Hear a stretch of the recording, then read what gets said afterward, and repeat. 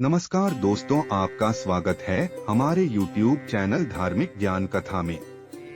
दोस्तों, आज हम 64 योगिनी के बारे में जानकारी लेंगे। आज हम जानेंगे 64 योगिनियों का रहस्य। तो चलिए दोस्तों, सुनते हैं आज की कथा। 64 योगिनी माँ काली के अवतार है। इन 64 योगिनी नाम की आराधना करने से समस्त देवियों की पूजा अर्चना पूर्ण हो जाती है। 64 योगिनी अलौकिक शक्ति से संपन्न है।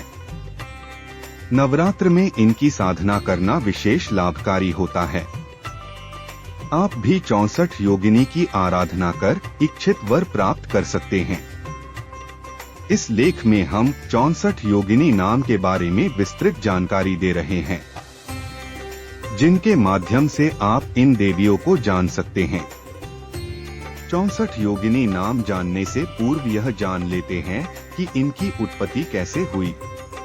पौराणिक कथाओं में 64 योगिनी के विषय में कोई स्पष्ट कथा नहीं है। कुछ कथाओं में बताया गया है कि यह 64 योगिनी भगवान कृष्ण की नासिका से प्रकट हुई है। इनकी संख्या के विषय में यह तथ्य है कि नारी और पुरुष दोनों ही एक दूसरे के बिना अधूरे हैं।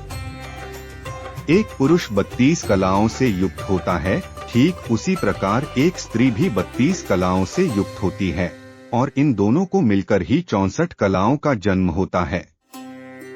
इसलिए दोनों ही पूर्ण कलाओं से युक्त है। इस कारण इनके मिलान से ये 64 योगिनी उत्पन्न हुई है।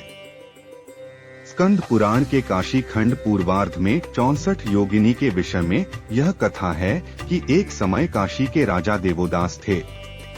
उस दौरान भगवान शंकर काशी को प्राप्त करने की कामना करते हैं, परंतु राजा देवोदास धर्म अनुसार अपनी प्रजा का संरक्षण करते थे।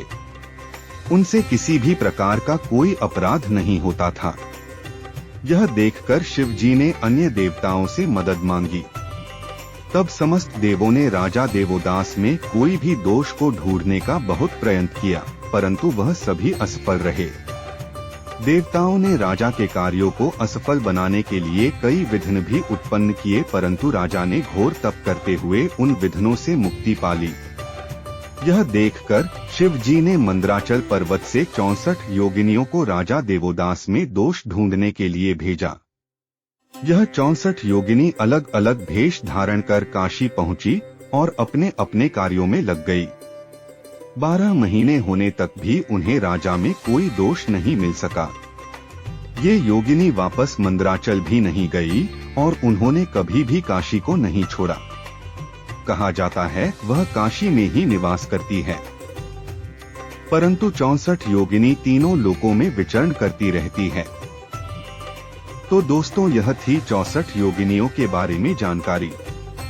तो दोस्तों, अगर यह जानकारी और यह कथा आपको पसंद आई हो तो प्लीज हमारे चैनल को सब्सक्राइब जरूर करें और कमेंट में बताएं कि यह कथा आपको कैसी लगी, और लाइक करें और अपने दोस्तों में शेयर भी करें।